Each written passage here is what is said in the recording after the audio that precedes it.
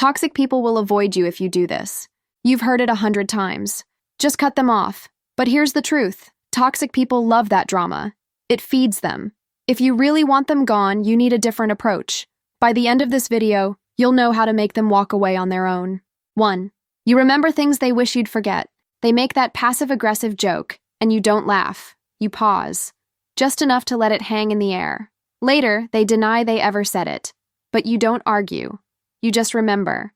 And you act like someone who remembers. Your tone is cooler. You don't lend them your softness. You create quiet distance. They can't manipulate someone who doesn't reset their memory every time. That unsettles them. They want the comfort of your amnesia, not the accountability of your recall. 2. You become unimpressed by chaos. Toxic people feed off reactions. They thrive in environments where emotions spill over and drama takes center stage. But the moment you stop flinching, the moment you stop leaning in when they whisper gossip, that's when the game starts to fall apart. You nod. You don't react. You sip your coffee like they just told you the weather forecast. It doesn't give them the rush they're used to. It feels flat. They'll assume you're boring now. But in truth, you've just developed a nervous system that doesn't need adrenaline to feel alive. And for them, that's terrifying. 3. You don't offer your story on a silver platter. Toxic people want intel. They don't ask, "How are you?" because they care. They ask because they're collecting material. But when you stop handing out life updates like free samples at a grocery store, they start getting frustrated. You're no longer predictable. You're no longer explainable. You become a puzzle they can't solve. And what they can't dissect, they discard. 4. You don't give them the performance they expect. Toxic people are directors in a play they've written in their heads. They want you cast in a specific role.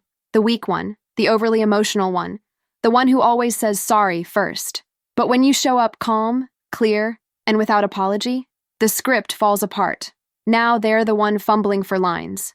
They want the version of you they can manage, not the one who rewrote the ending. 5. You stop chasing clarity from confusion makers. They used to love dropping vague comments or contradicting themselves just to keep you second-guessing. But you don't bite anymore. You don't circle back asking what they meant. You let their ambiguity sit, untouched. You stop trying to decode their puzzles and just walk away from the maze. They notice.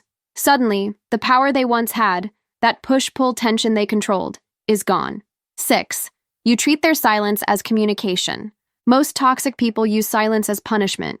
They expect you to panic, to chase, to apologize for sins you didn't commit.